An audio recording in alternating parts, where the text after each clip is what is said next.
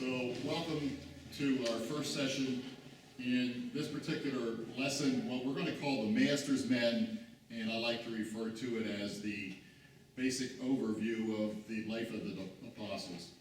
So before we do that, can we just bow for a word of prayer? Dear Heavenly Father, we come together today to look into your word in a way, but also your story and the story of your people. Father, it's an interesting story. It's a story about your men that you hand selected. And we trust that, we know that we all come here with different backgrounds, and so some of this could be new, some of it could be old stories, but it is stories about your men. And so we lift that up to you today. We lift each of the members of this class as it changes from week to week, Lord, and we just pray that you would bless what happens here, because it's lifted up to you as a blessing to you. And we lift it up especially in the name of your Son, the Master. Amen. Okay, so a couple things, like I say, I just want to go over these logistical kind of things. The class, I don't know, Roger sort of came up with this idea and then eventually asked me to teach it.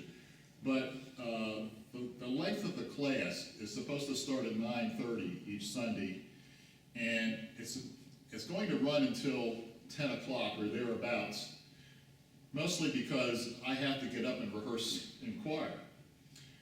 And I'm not exactly happy about that, because I think a half an hour is really quick to go over certain things, and when we're into a study and you sort of hate to stop and break it up and whatever it might be.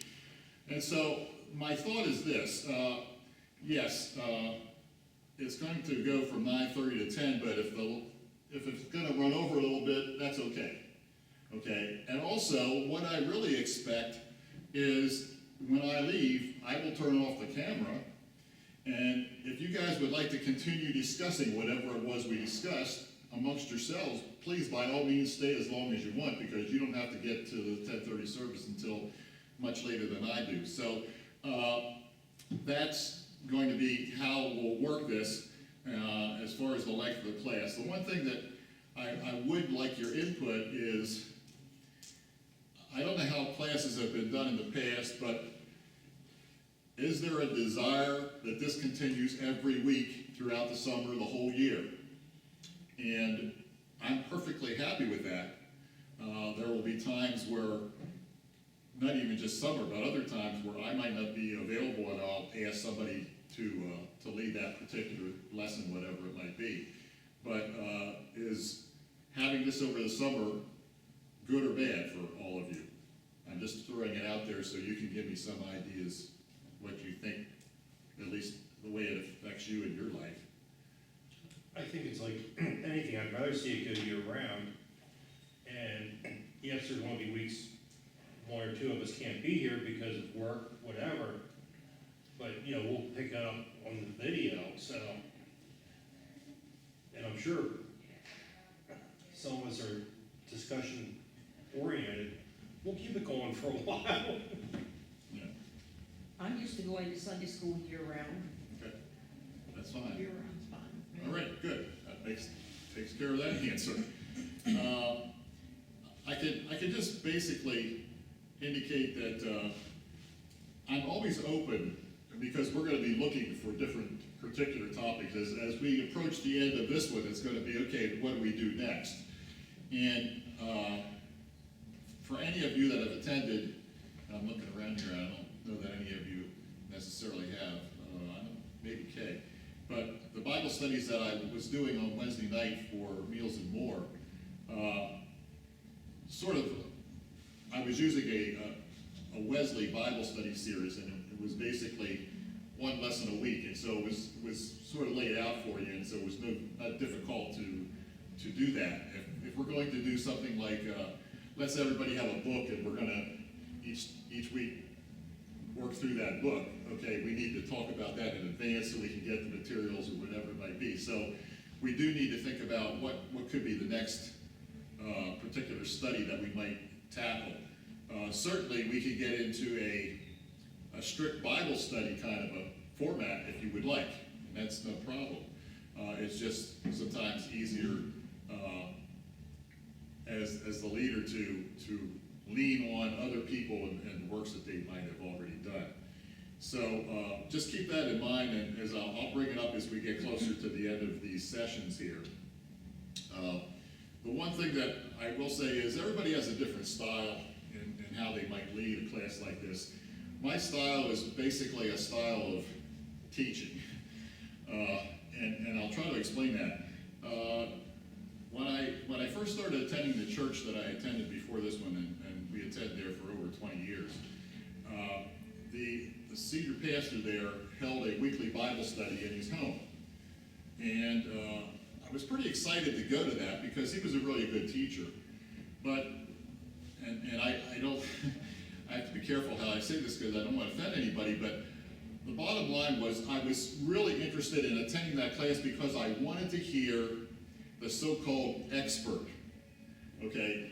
I could sit here and we can all discuss things, and it's great to hear what everybody has to say, but if nobody's really the so-called expert, you know, what did we get out of this when we left, okay? And so, by all means, I am not the expert, okay? What I rely heavily upon are the experts and the commentaries that they provide, and so what you're gonna find out is I'm gonna be reading things to you from what these experts have to say. But that doesn't mean that, you know, we're not here to hear something, and so it's not going to be unnecessarily a lot of discussion, but if you have a question, by all means, you know, stop and let's, you know, throw it out there. I might not be able to answer your question, or maybe somebody in the class will be able to answer the question, but if you have something pertinent to what we're talking about, please ask the question. But it's going to be more like, I don't want to call it a lecture, because that sounds so boring, but it's going to be more along those lines, perhaps, than a discussion kind of format. As I indicated, we're going to record these sessions, and I know Sean had indicated that I think some people might want to use these. They can't really come at this time, but maybe the TLC people might want to use these in some kind of a study or whatever it might be. So we definitely are going to be recording at least some of the different studies that we will be exploring. And let's say, so does anybody have any questions about how this is going to work? Because, like I say, most weeks, but by the way, this week is the exception. We're not singing this week, and so I could stay to the whole time, which we might need it for what I was planning on doing. So you have in front of you a sheet, and let's just talk about it real quickly. This sheet actually was provided in the materials that I'm using. And if you look at the very bottom, it says commentaries. And these are the two commentaries that I'm using to provide the information on the apostles that you find listed above on the sheet. The first one is a book called The Master's Men from William Barclay. Now, anybody that's been in my classes, I use Barclay big time. He's my go-to guy. And he's great. He was a Scottish preacher, and the second one here is called The Transformation of the 12 by somebody by the name of Gaston Foote. And I started reading that, and basically what I wanted to do was, what you will hear mostly is Barclay. And then I'm going to supplement, add on the end of what Barclay had to say concerning the particular apostle we're talking about. But this gentleman, Mr. Foote, he talked a little bit about the apostle, and then he went off in a direction and related it to other parts of the Bible. It had nothing to do with the apostle, and so I discovered his information wasn't nearly as valuable as what Barclay had to say. So we'll use both of them, but Barclay will be the main person that we'll be using here as the information he provides. So let me just get into, well, before I do, we're going to talk about this sheet that's in front of you. And it's sort of interesting because Barclay's going to explain some things that I didn't know. And so let's, as we read through this, we'll stop and reference this particular worksheet. So Barclay begins here with a little preface to his book. And it says, this book began life as a series of articles in a periodical called the British Weekly.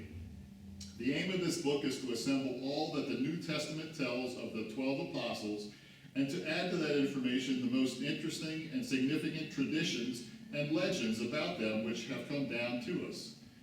I am far from claiming that these traditions and legends have any claims to being history, but they have their importance, for the stories which circulate about a man can tell us a great deal about that man, even when they are not factually true.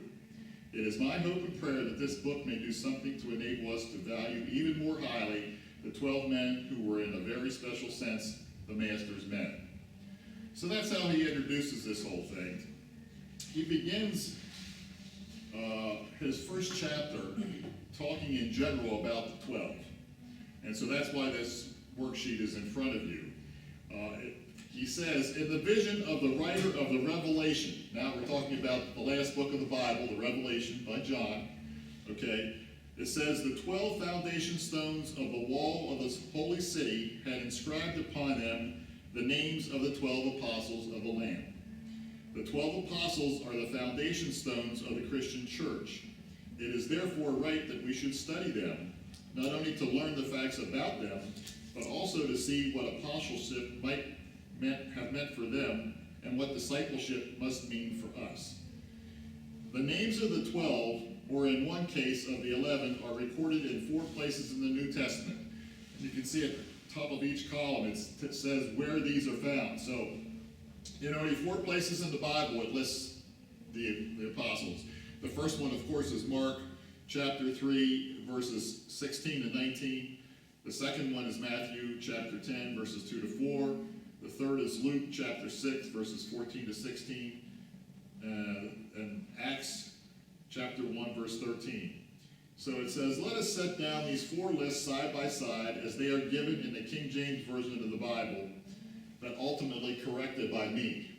And I'll explain that because he's going to go into a lengthy explanation about this list and why it doesn't match up the way we might think it does. Now, I don't know about you, but when my kids went to Sunday school, they had a little song that they learned to sort of memorize the apostles. How's it go? Peter, James, and Mike. Peter, James, well, okay. Here's the deal. Of the 4 lists, the only one that really matches up with the song is Matthew, the second one. Okay. Peter, Andrew, James, and John, Philip, and Bartholomew, Thomas, Matthew, James, the list, Thaddeus, Simon, Judas. Okay, was the song. So that's how, so when my kids were asked who the apostles were, they had to go through the song and list them all and whatever it might be. But if you look at the 4 lists, none of them match up exactly in the same way to each other. But it's all found in the different books of the Bible here. So Barclay is going to sort of lead us through this discussion a little bit. But before he does, take a look at the list. Is there anything you see there in the list that stands out to you? Yeah, the axe is only 11. Okay, the axe is 11. And you know who's missing, right? I didn't look at that. Judas Iscariot. Judas, yeah. Okay, and why is that? No, Judas is He listed. killed himself.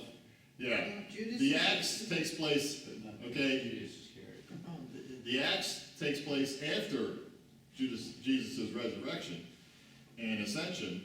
And so by then, Judas Iscariot has, killed himself. And so he's not on the list. Now, they did add another 12th apostle, but of course the 12th wasn't there when he wasn't with Jesus in the same way that these other 12 were, so Acts eliminated him from their list. But that's a good point. That's one thing we see there. Anything else that stands out? The first 2 have Thaddeus, and the next 2 do not have that name. Okay. All right. So we're going to talk about that. We're going to see why those aren't the same. Peter, number 1. Okay. Peter's number 1 on everybody's list. And other than that, there isn't anything that's the same. So Peter's always first, and we'll talk about that. Okay, so why don't we get into it here and see what Barclay has to say about this little sheet that we have in front of us here. He says, before we look at the problems of identification which arise from these lists, there are certain minor matters of translation which we must note. According to the King James Version, both Mark and Matthew speak of Simon the Canaanite, I think you see him down here toward the bottom. While Luke speaks of Simon, the zelotes, which means Simon the Zealot. And you can see here, well, actually it's not on my list because I corrected it. It says, in the case of Mark and Matthew, the translation of the King James Version is an error which was corrected in the English Revised Version and in all subsequent versions.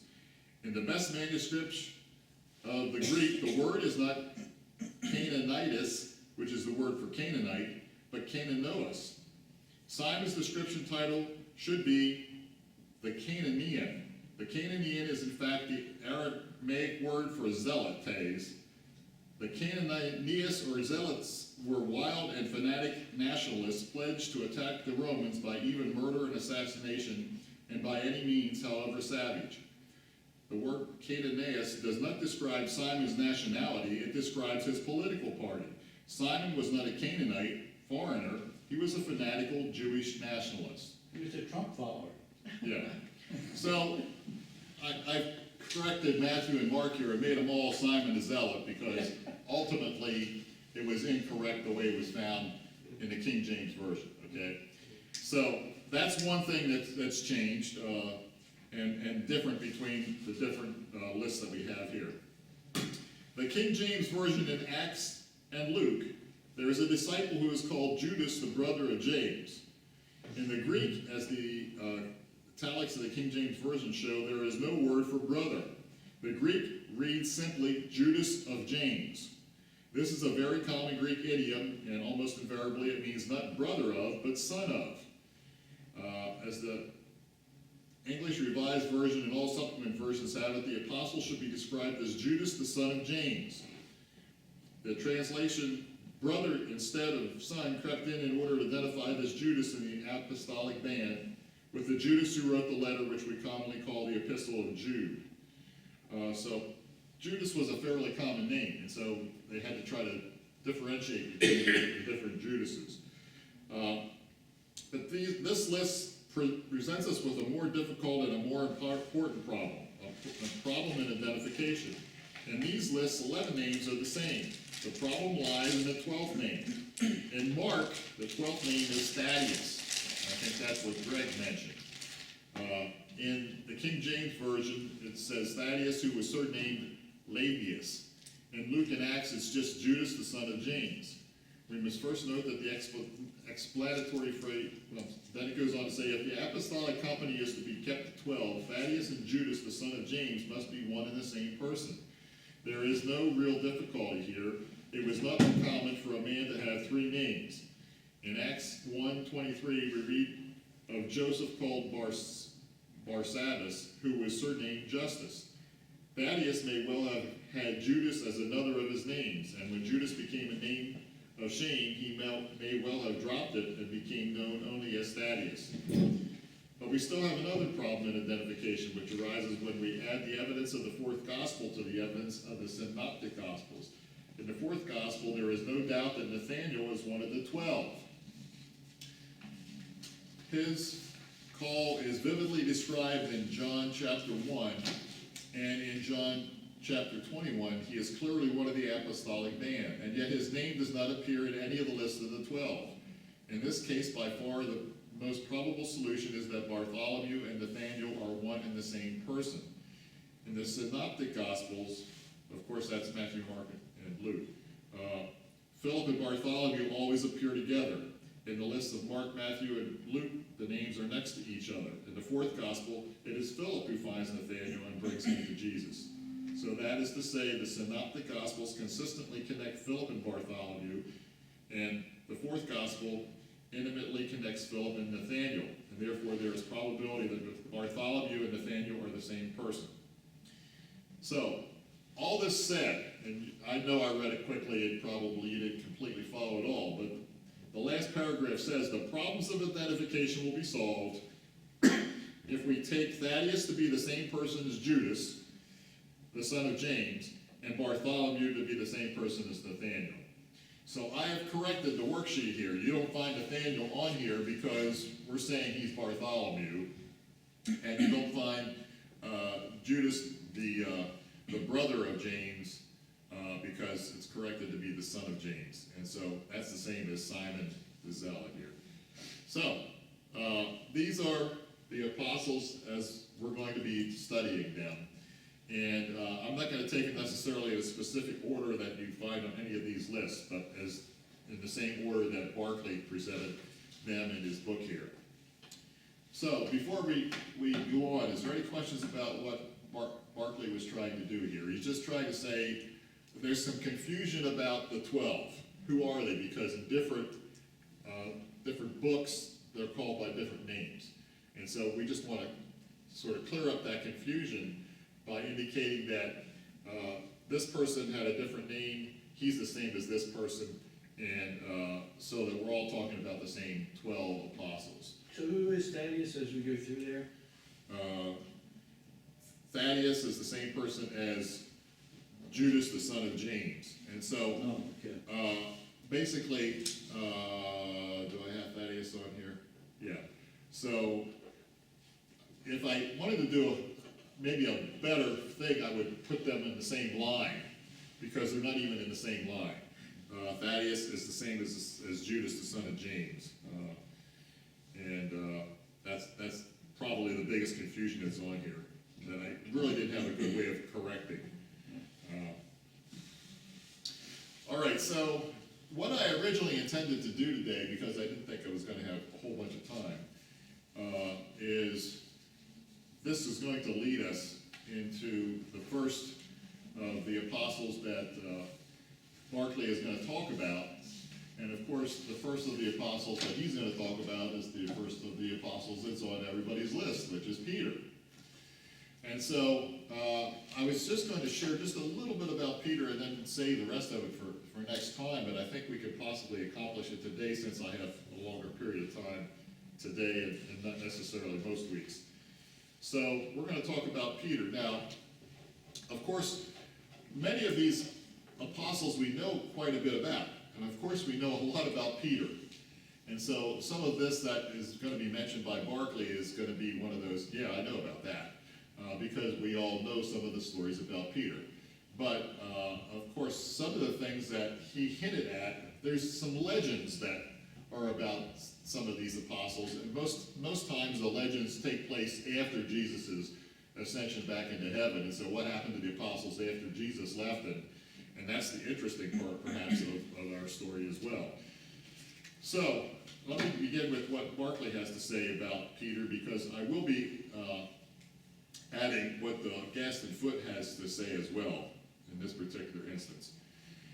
So, Peter, in every list of the 12, it is Peter who is named first. Peter is the name by which we know best this leader of the apostolic band, but in the New Testament, he has 3 other names as well. The first, number 1, when he first appears on the scene, he is called Simon. Matthew calls him Simon, who was called Peter. And Simon he remained to the end of the day. There are 2 kinds of occasions on which Peter is called Simon. He is called Simon on what we might call domestic occasions. Mark and Luke speak of Simon's house and of Simon's wife's mother. Luke speaks about Simon's fishing boat and Simon's partners in the fishing. When Cornelius is directed to Peter, it is Simon who he is told to inquire. He is called Simon in the great and intimate moments of his relationship with Jesus. Jesus calls him Simon when he bids him to launch out into the deep.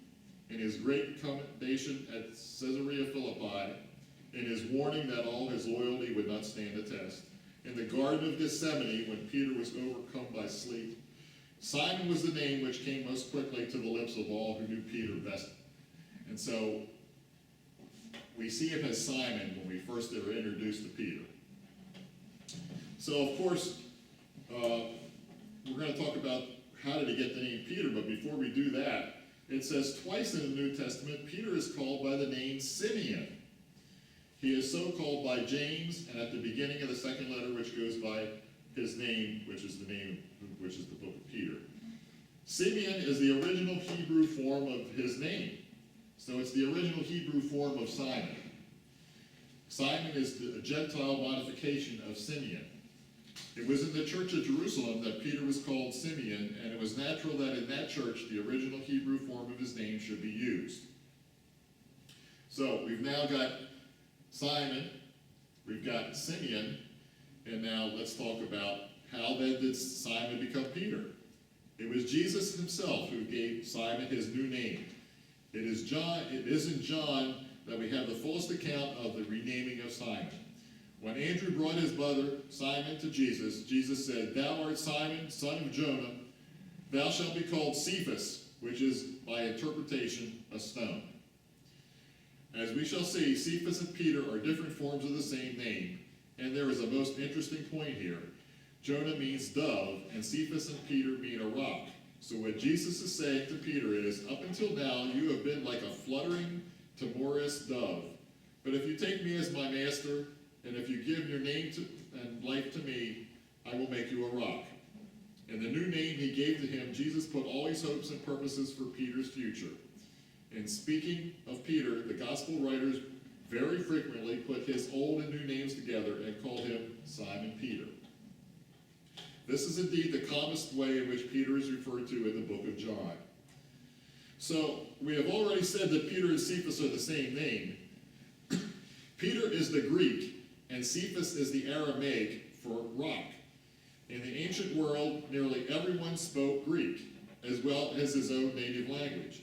The result was that most people had two names. One was the Greek name, by which he was known in business and in the world. The other was the name by which he was known in private and to his own friends. So, if you remember Thomas, the disciple, okay, he's called Didymus. And Thomas is the Aramaic, and Didymus is the Greek for a twin. So, Tabitha is called Dorcas, for Tabitha is the Aramaic, and Dorcas is the Greek for a gazelle. So, most of these people had their own name and a Greek name. And it just depends which one they're referring to, so you had to know them by both their names. And so Barclay used, Thomas and Tabitha here as two different examples of that. We know more about Peter than any of the other 12, and that may well be because of his very close connection between Peter and Mark. So close was the connection that when Peter wrote his own first letter, he could speak of Marcus, my son. Peter has the closest possible connection with Mark's gospel. Papias, who was the bishop of Hierapolis in the first half of the 2nd century, tells us how Mark's gospel came to be written. It says, Mark, having become the interpreter of Peter, wrote down accurately everything that he remembered, without, however, recording in order what was said or done by Christ. For neither did he hear the Lord speak, nor did he follow him. But afterwards, as I have said, he followed Peter, who adapted his instruction to the needs of his hearers, but had no thought of giving a connected account of the Lord's oracles. So then Mark made no mistake when he thus wrote some things down as he remembered them, for he made it his one care not to omit anything that he had heard, or to set down any false statements therein. And that's what this guy said. Now, what does that all mean? Well, of course, what it means is, Mark didn't really know Jesus. Okay, Mark is basically he's the follower of Peter, and he's the scribe. He's writing everything down. So he's writing down what Peter said. Okay, now, Peter didn't necessarily say it in any particular order. So it isn't a chronological list of what happened in Jesus' life. It's telling about all the different things, but in whatever order Peter might have given it to it. So Mark is, probably the first compilation of what was going on, because he was just writing down what Peter's told him. The stories that Peter told him is what Mark included in his gospel. Okay? So from this information, we can see that Mark's gospel is nothing other than the preaching material of Peter. It always stands to the honor of Peter that he kept nothing back. He tells of his own mistakes, of the rebukes he sometimes received from his master, of his own terrible disloyalty. Peter concealed nothing, for he wished to show the lengths to which the forgiving love and recreating grace of Christ had gone for him. Well, is then Mark's not telling anything that he sees himself? Right, He's just always telling what Peter did. right. He was But a yet follower of Mark- Peter. But wasn't Mark a follower of Jesus? not to what it's saying here. I mean, bottom line is, Oh, yeah, I guess he's not listed, right? no, he's not one of the apostles. But you and I, wouldn't we, if we saw him, all of us, we'd call Peter Simon because that was his ordinary name, right? Yeah, that would be the one that we would know is, yeah, Yeah, but if Jesus was talking to him, it'd probably be Peter. Right. Peter did this, but you now, and I, there was a couple times that he used, when it was Yeah. being very familiar, Okay. very personal, right. he used the word Simon, but normally he just referred to him as Peter, and everybody else did. but you and I, I thought his familiar name was Simon. Well, it was, but I mean, if we were his friends, we would, but I mean, for anybody else, yeah, they would probably use Peter because that's what Jesus used. Okay. And that's what's found in basically most of the synoptic gospels. Now, actually, this is where I was gonna sort of stop today. Timing would have been pretty good.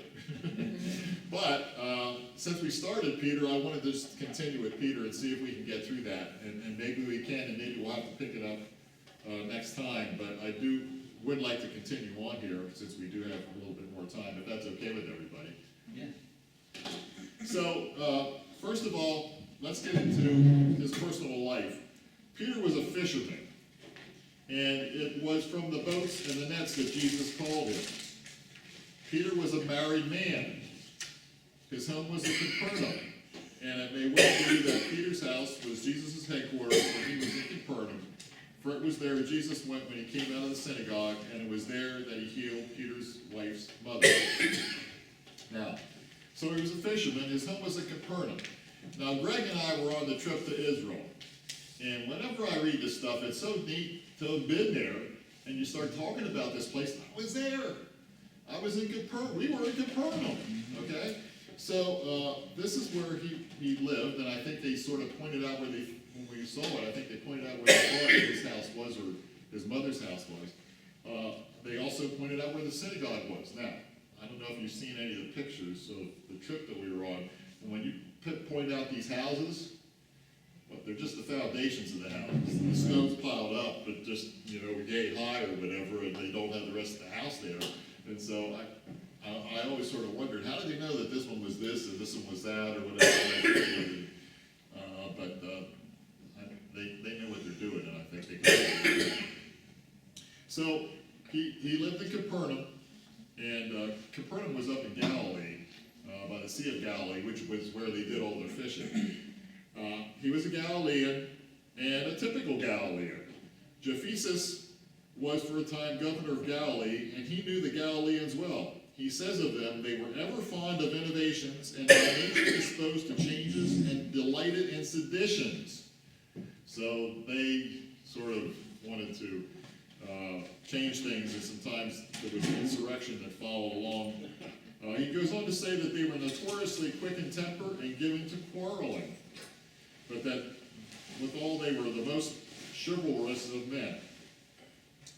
The Talmud, which is a book, says of the Galileans, they were ever more anxious for honor than for gain. Quick-tempered, impulsive, emotional, easily roused by an appeal to adventure, loyal to the end, Peter was a typical man of Galilee. It was not long before Peter reached the leading place among the 12. Matthew begins his list of the 12 with the words, the first, Simon. The first is protos. Protos means first, but it also means chief. And it may well be that Matthew is not merely setting Peter's name first of the list, but he is saying that Peter was the leader of the apostolic band. Within the 12, there emerged an inner circle of 3 who were specifically close to Jesus: Peter, James, and John. Okay, and in so many places you hear about the 3 of them, but Peter is always mentioned first.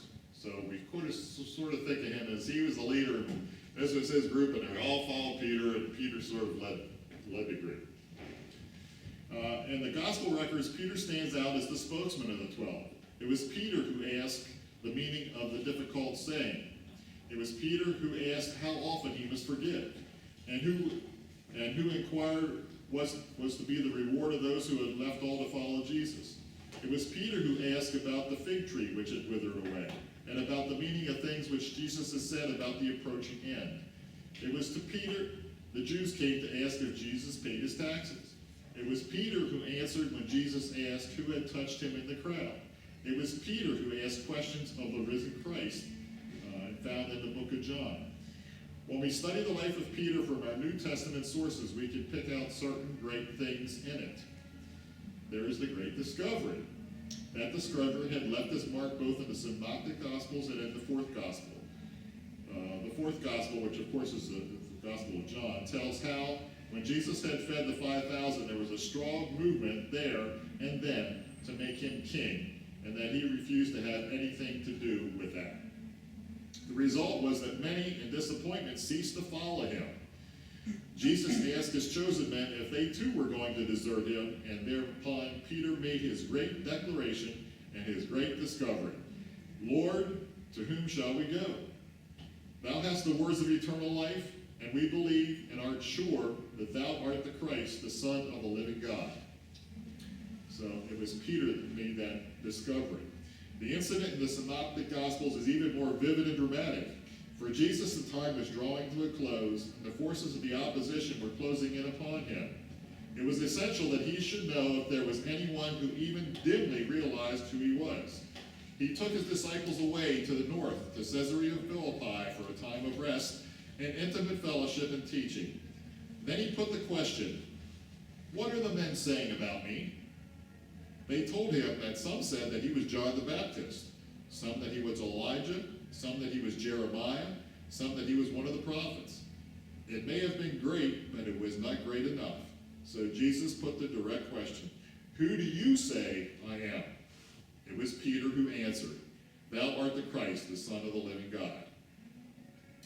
Even if there was nothing else to be said of Peter, he must always remain the man who was the first to discover who Jesus of Nazareth was. Of course, then there followed the great promise. It was then that Jesus said to Peter, "Thou art Peter, and upon this rock I will build my church." Surely the meaning of that promise is quite simple, because Peter was the first man to discover who Jesus was, because Peter was the first man to make the confession of faith, which has been the confession of every man who ever entered the church. Peter was quite literally the first member of Christ's church upon earth, and Peter was therefore the foundation stone of the church. Then there was also the great rebuke. No sooner had Peter made his great confession than Jesus foretold his own coming and inevitable death. Peter was shocked and horrified and protested that these things must never be. And Jesus' answer to Peter's protest was, "Get behind me, Satan." A rebuke so shattering demands explanation. Let's try to understand it by looking at the matter, first for Peter and then from Jesus' point of view. Peter's horrified reaction to Jesus' foretelling of his imminent death came from two causes. It came from love. Peter loved Jesus with all the devotion of his passionate heart. It was unbearable for him to think that Jesus was to end so soon upon a cross. And secondly, it came from the fact that this announcement of Jesus ran counter to everything that Peter had ever taught or knew or believed. All his life, Peter had been brought up to think that the Son of Man, a celestial figure, clad in power and glory, dealing out death and destruction to his enemies. Now Jesus was connecting the Son of Man with a cross. Peter's mind was completely incapable of making such a connection. I'm sure it wasn't only Peter's problem, but everybody had that same problem. Peter's reaction to Jesus' foretelling of his sufferings and death was so violent because of his love made such a thought unbearable, and the whole background of his thought made it incredible. Now let us turn to the violence of Jesus' reaction. "Get thee behind me, Satan," Jesus said to Peter. The reason for the sternness of Jesus' rebuke was that Peter was presenting him again with the very same temptations as those which the devil had faced him in the wilderness at the beginning of his ministry. The temptation to bid for men's loyalty by the offer of material blessings. The temptation to dazzle men's eyes with sensations. The temptation to compromise with the world's ways.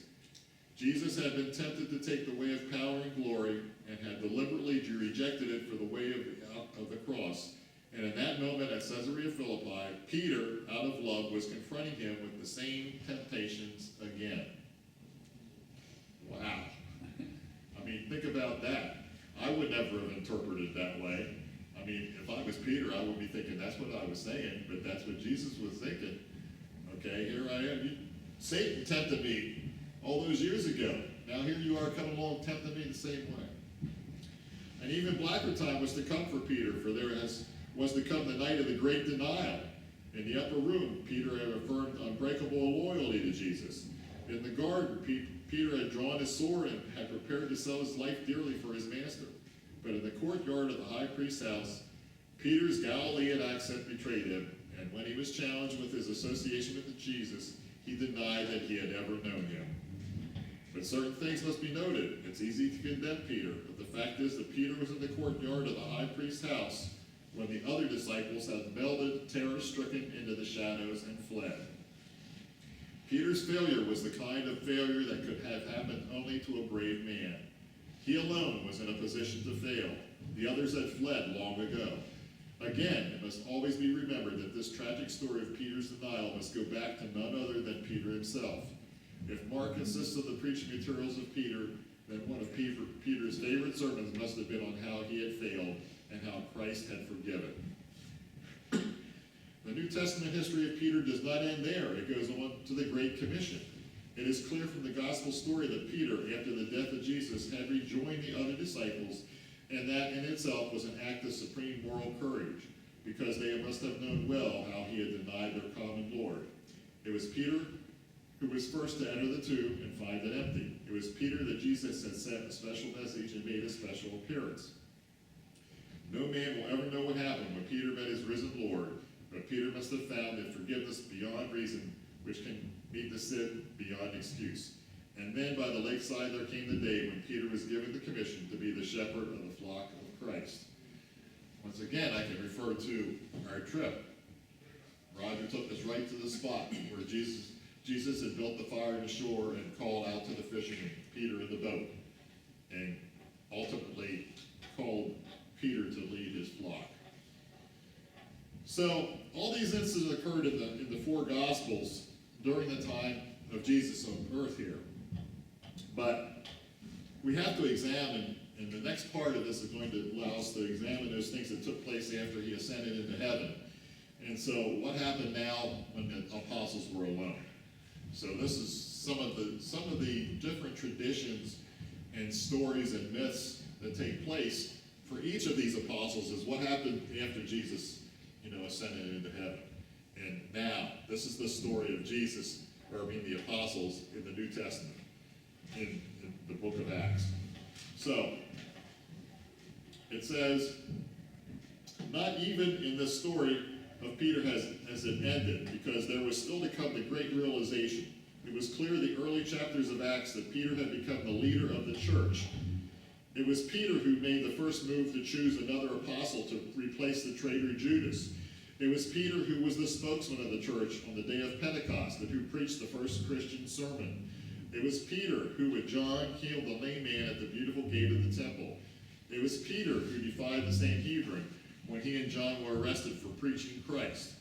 It was Peter who went to Samaria when the Gospels were first preached there and who dealt with the deceit of Simon Magus. It was Peter who dealt grimly with the duplicity of Ananias and Sapphira. It was Peter who healed Aeneas and Dorcas. The greatest step that Peter ever took was the reception of the Gentile Cornelius into the fellowship of the Christian church. The Jews were the chosen people. They despised the Gentiles. They could not have dreamed that the offer of God was made to the Gentiles. It was Peter who realized the universal reach of the gospel of Jesus Christ. And at the Council of Jerusalem, it was Peter who was instrumental in opening the door of the church to the Gentiles. It was through Peter's actions in the case of Cornelius and the church that it experienced the great realization that God was also God to the Gentiles and granted repentance into life. There's many times I think, thank you, God, for allowing the Gentiles to receive Jesus, because otherwise I wouldn't be here and the rest of us wouldn't be here. With this, Peter passes from the pages of the New Testament, and he passes as the great leader of the Jewish section of the Christian church. Although the New Testament itself has no more information about Peter, many traditions and many legends gather around his name in the early church. These legends connect Peter with 3 different places. So here are some of the legends about Peter. They connect him with Antioch. Now, it says that Peter was the first bishop of the church at Antioch, and that he served that church as bishop for 7 years. It is indeed by no means unlikely that Peter did become the leader of the church in the city where the gospel was first preached to the Gentiles, and where the Christians were first called Christians. So this all took place in Antioch. They connect him with Asia Minor. It is said that following upon his time in Antioch, Peter preached in Asia Minor. That also is by no means unlikely, because his letter is addressed to the Christians who are scattered abroad throughout Pontus, Galatia, Cappadocia, Asia, Bithynia. This first letter of Peter presents us with something of a problem. It ends with a greeting from the church that is at Babylon. Now, Babylon wasn't mentioned here. So what are we to understand by the word Babylon? There are comparatively few scholars who would understand the word Babylon literally, and yet B.H. Streeter holds that it is by no means impossible that Peter actually did preach in Babylon. He argues that the eyes of a Palestinian Jew would naturally turn to Babylon. Why? Remember when the Babylonians took over Jerusalem and carried away all these people back to Babylon and scattered them around the earth. And so it says, it was the best of the Jews who went into exile, and many of them never came back. The purest stock and the strictest orthodoxy still had its center in Mesopotamia. At Pentecost, the list of those present begins with those from Parthia, Media, Elam, and Mesopotamia. The Jewish historian Josephus regarded Babylon as so important that he issued the first edition of his book on the Jewish wars in Aramaic, especially for the benefit of his fellow Jews in Babylon and in Mesopotamia. So when it really, basically it says, almost unanimously, Babylon is taken to mean Rome. Whenever you hear about Babylon in the New Testament, especially in Revelation and other places, Babylon is most often taken to mean Rome. Eusebius, the great historian, believed that in 1 Peter, Babylon means Rome. They say he writes that Peter wrote in Rome itself, and that is indicated by him by a figure as he calls the city Babylon. When the early Christians thought of the size and might and the wickedness and the cruelty of Rome, it seemed to them the exact modern parallel of ancient Babylon, and they frequently applied the name to it. So we must take it reasonably certain that Peter did preach in Asia Minor, but it's equally certain that he did not go to Babylon, the city of Babylon. He could have been talking about Rome. And then it goes on to say, it is the unanimous tradition of the early church that Peter went to Rome, probably about 61 AD, and that he was martyred there. There are vivid and interesting legends of Peter in Rome, especially those which are connected with his death, and which have come down to us in the apocryphal Acts of Peter. The story is that in Rome, Peter again came into collision with Simon Magus, with whom he had already dealt with in Samaria, which is back in Acts in chapter 8. Simon claimed to have raised a young man from the dead, but Peter showed him up for the charlatan that he was. Then Simon proposed to demonstrate his power by flying through the air, but Peter prayed that his deceit might be demonstrated to all, and Simon crashed in his attempt and was killed. Simon had a great following in Rome, and Peter's exposure of him gained him many enemies. Worse was to follow. By the preaching of Peter, the 4 concubines of Agrippa, the prefect, were converted and changed their way of life. Still further, by the influence of Peter, the wife of Albinus, the favorite of the emperor, was persuaded into a life of chastity. Both Agrippa and Albinus were enraged and determined that Peter must die. Peter was warned and was encouraged by his friends and the Christian church to seek safety in flight so that he might be spared, yet further to serve the Lord. But as Peter was fleeing from the city, he saw the Lord entering into Rome. Lord, he said, whither goest thou? The Lord answered, I go into Rome to be crucified. Lord, said Peter, art thou being crucified again? Yea, Peter, said the Lord, I am being crucified again. Peter understood that Jesus was going into Rome to bear the cross from which he was running away. And Peter turned back to die. With the refinement of cruelty, Peter's wife was crucified before him while he was compelled to look on. Peter encouraged her and said, "Remember the Lord."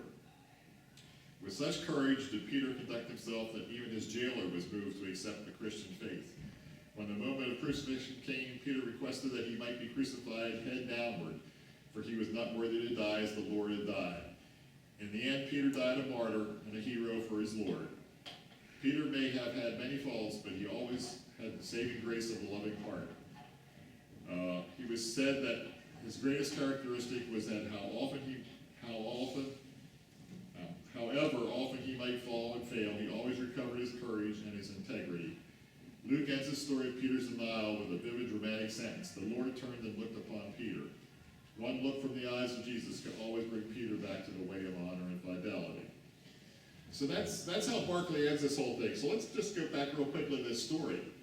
So it says here that Peter's friends were trying to get him to leave the city of Rome because they knew that he was going to be hunted down and killed. And as he was fleeing Rome, he looked back and saw the Lord. And the Lord was going into Jerusalem as he was going out of Jerusalem. And he said, "Where are you going, Lord?" He says, "I'm going to be crucified." And Peter understood that to mean he was going to be crucified for Peter. So he went back into the city. Now this is the legend. No, look, he's already dead, right? Jesus is dead. Yeah, Yeah, but he saw this. sort of like John on Yeah, the island. yeah. Yeah, I mean, whatever, this is the tradition. This is the story. So, you know, is there truth to it? We don't know. Mark made it up. Well, could be. Except this was in Acts, and so this would have been maybe Luke. But regardless, you know, one of the things that we have to deal with, and we gotta get going here, is Peter. He didn't try to gloss over his mistakes, his failures. He put them out there. I mean, all his warts, all everything. He put them out there, and just to show people, you know, that he wasn't perfect, and we aren't either. Well, he told him to Mark, and then Mark wrote it down. That's what I'm saying. Well, Mark, yeah, these are part of his sermons, and one of his favorite part of his sermon was to show how Jesus, you know, forgave him for, you know, what he did and his failures. So he wasn't afraid to show his failures, and Mark, of course, saw all these failures and wrote it down.